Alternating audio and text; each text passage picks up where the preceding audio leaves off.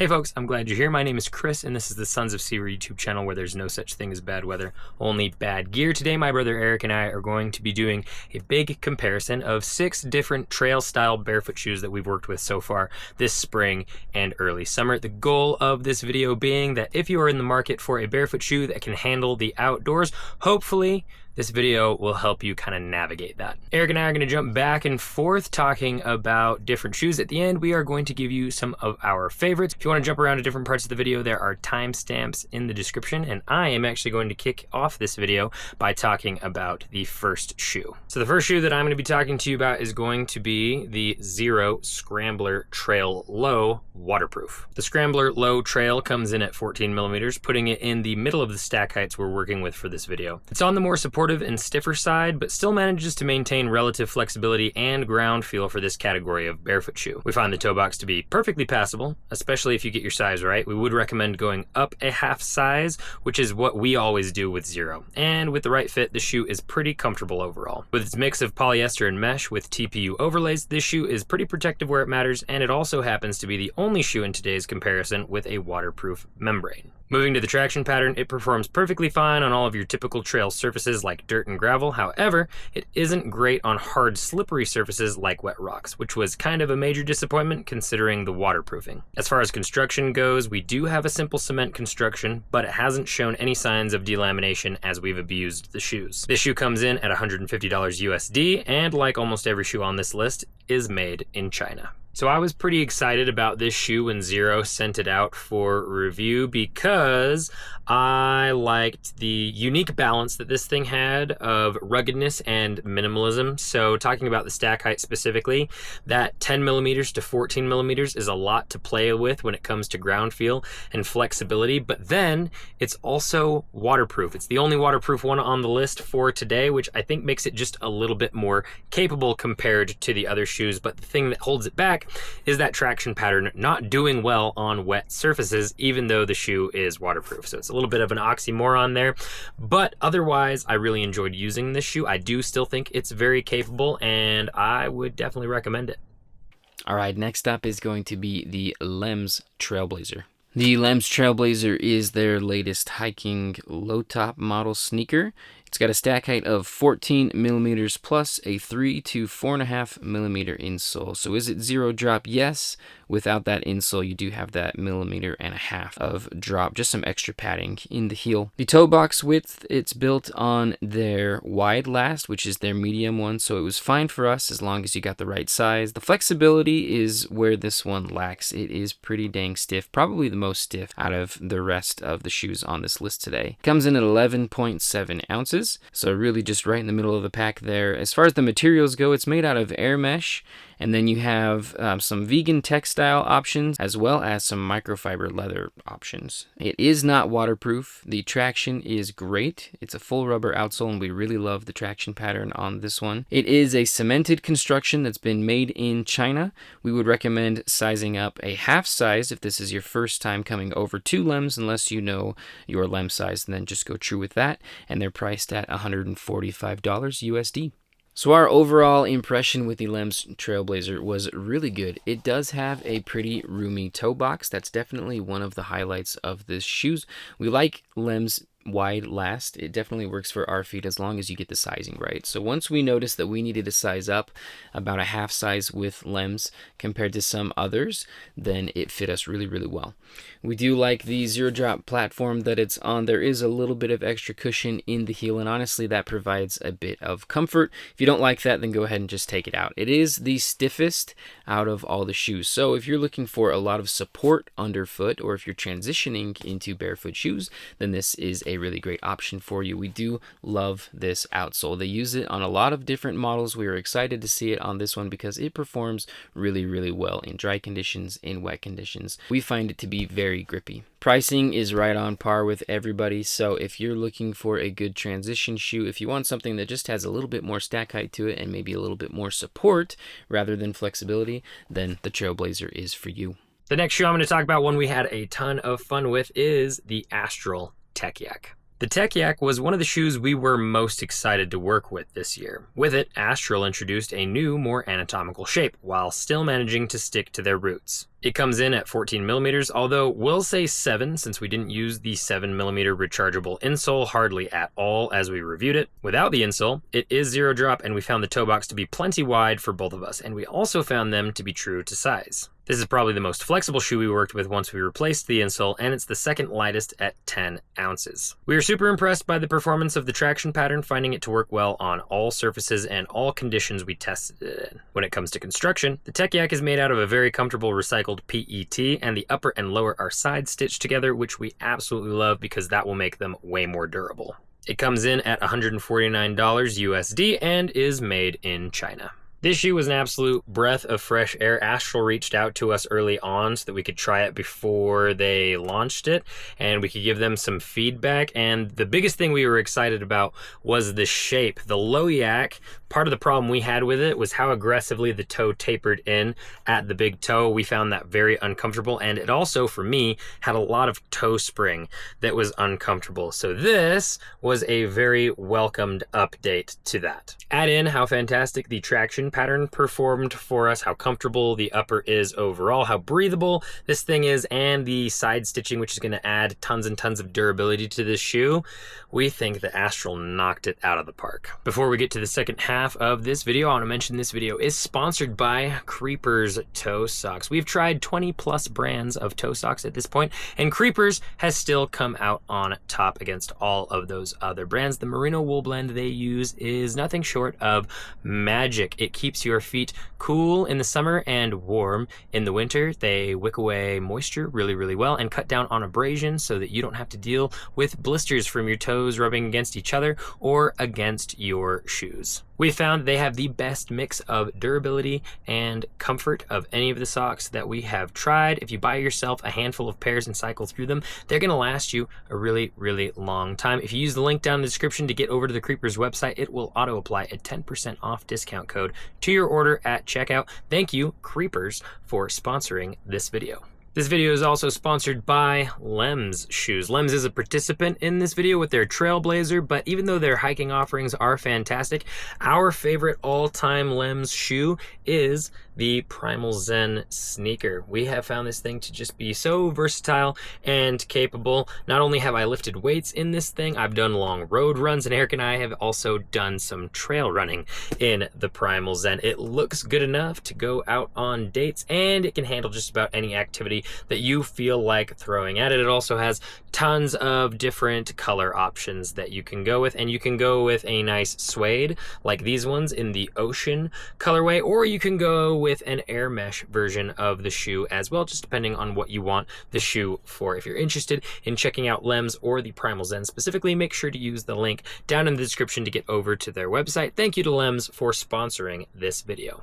All right, next up is going to be the Altra Lone Peak 9. Now, we know that this is not really a barefoot shoe, but it is a minimalist shoe, and we will get into the specs that make it that. So when it comes to the stack height for the Altra Lone Peak 9, it is 25mm, so it is the thickest of all the shoes on our list today. It is zero drop, and we find the toe box on it to be one of the widest. It is very roomy and very nice. As far as the flexibility goes, it's pretty stiff. You would expect that with the 25mm that are under your foot.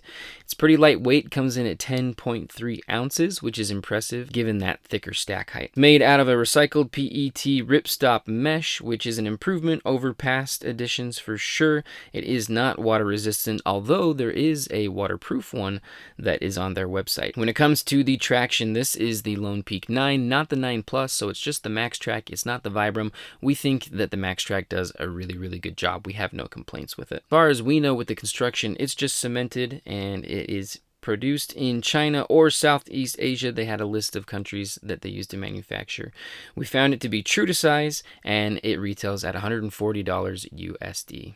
Okay, so our overall impression with the Altra Lone Peak 9 is we really love this shoe, especially for trail running. It does a really, really great job. We like the stack height that it has for its intended purpose, although it is kind of pushing the upper limits of where we like to be with the stack heights. I would not mind something just a little more minimal because we do start to get a little wobbly when you get up into the 25mm plus range. The toe has been improved. It has a lot more protection on it, and we felt that on a lot of our runs. This ripstop mesh upper is pretty durable. We found no issues with it so far, and we do think that the MaxTrack outsole does a great job. Obviously, there's the 9 Plus that has a Vibram outsole on it. If you want to go that way, it's an extra $15. But as far as the comfort of this thing goes, it is definitely the most comfortable in a traditional sense, in that there's a lot of cushioning to it. So it's going to take you on really long or really difficult runs or hikes and keep your foot comfortable that way. If you're transitioning into barefoot shoes, we think this is a really, really great option to get used to a zero drop platform. You're going to be able to splay your toes out in this toe box. They widened it out from past versions, and we're happy that they did. So I ran a trail marathon in the Lone Peak 6, and I got a blister on the outside of my big toe right here. With that one, I ran a half marathon with the Lone Peak 7, almost got the same blister right there, and then we ran a half marathon with this one, and I did not get that same hot spot or blister. So we do think that this toe box has been improved. We definitely recommend the Lone Peak 9 for anybody who's looking for a cushioned zero drop trail runner or hiker, especially if you're transitioning to barefoot shoes. The last shoe that I'm going to talk about for this comparison video is going to be the Peluva Strand ATR. The Peluva Strand ATR took a much needed stab at the hole in the market for a rugged hiking toe shoe. While the stack height is not disclosed on the website, it's likely between 10 and 15 millimeters, taking the original Strand outsole and slapping on a grip pattern to give you better footing on diverse terrain. We found that the outsole worked great while hiking and trail running, gripping just as well on wet rocks as dry dirt and gravel. However, I did find the pattern started to peel away from mine as I used it at my delivery job. It is zero drop, and if your toes fit the slots, this shoe will give you a very freeing barefoot feel. It comes in at 7.3 ounces, which is the lightest on the list. The upper is constructed of synthetic mesh and is cemented to the lower. We found them to be true to size, the only question being how it fits the shape of your foot. The Strand ATR comes in at $145 USD and is made in China. I was super excited for the Strand ATR when I saw Peluva launch it because I have done a lot of hiking and trail running in Vibram 5 fingers, and I've always wanted just a little bit more underfoot, but still wanted that toe separation. So this definitely filled that need for me, and in my opinion, it does a really, really good job. The places where I was a little bit disappointed were it was supposed to be water resistant, and it's just not. Water still gets up in between your toes if you're running over even just like wet concrete or something, so it does not keep water out. And then, as I mentioned, the traction pattern started to peel and chip away for me, but that's because I was using it in an environment I don't think it was meant for. Using it just out in the mountains, using it on trails, I think it's going to hold up just fine. So if you are looking for a more rugged toe shoe to take out on hiking outdoor adventures, I think the Peluva Strand's probably a good way to go. All right, next up is the Lono Wild. So this is a newer one for us. We don't even have a review out of it yet, but that will be coming soon. When it comes to the stack height, it's going to be about 10 to 11 millimeters. It's got a 4 millimeter base sole with 4 millimeter lugs, and then there's about a 2 to 3 millimeter insole in there. So it is zero drop. We find the toe box to be one of the wider ones on here as well. The flexibility on this thing is great. Given that it is the heaviest shoe, that's really impressive. So it's 12.6 ounces, which comes in a little bit more than the rest on this list, but again, that flexibility really is there. This is one of those that you can roll up into a ball. It comes with a tech suede upper, which we're always a fan of when there's more leather involved. It is water resistant, not waterproof, but it has a gusseted tongue that helps to keep some water out and keep dirt out. We find the traction on it to be great. It's a very soft and very sticky rubber that really does a good job gripping no matter what surface you are on. We really like that this has some side stitching to it, so it's definitely one of the better made shoes on this list because it's more than just cement. You've got some stitching stitching backing you up. They're made in China. We find them to be true to size, and they're only $126. So they are the cheapest option on this list. Okay, so as I mentioned before, we haven't finished our full review on this guy yet, so that is still forthcoming. But just some initial impressions here of how it's been for me so far. I really like this outsole. It's a pretty simple pattern for the most part. You've got a bunch of triangles in there, and Chris and I have really found that those simple triangle traction patterns work really, really well. It's a soft rubber that grips in all sorts of different situations, whether it's wet or dry. These feel heavier, and I noted in the specs that it is the heaviest shoe on there, but it also has really great minimal qualities to it. Like, it is super flexible, as you can see there. It has a very awesome toe box, and it's really minimal. It's about 10 to 11 millimeters under your foot, so it probably strikes the balance between minimalism and protection the best out of any of them that are on the list today. It's a nice tech suede upper. I really like the feeling of it. And it has a very interesting lacing system. So you've got this one that comes all the way on the side of the vamp here, which really helps to secure your midfoot down because it is a really wide shoe in the toe box and in the midfoot. The insole that they've got in it provides for me just the right amount of squish, so it is comfortable on my foot. The Lono Wild is a really cool shoe. Good for hiking, good for trail running, and I'm excited to continue putting miles on it. Alright, so when it comes to picking a winner out of this batch of shoes, this one is a really tough one for me to decide on.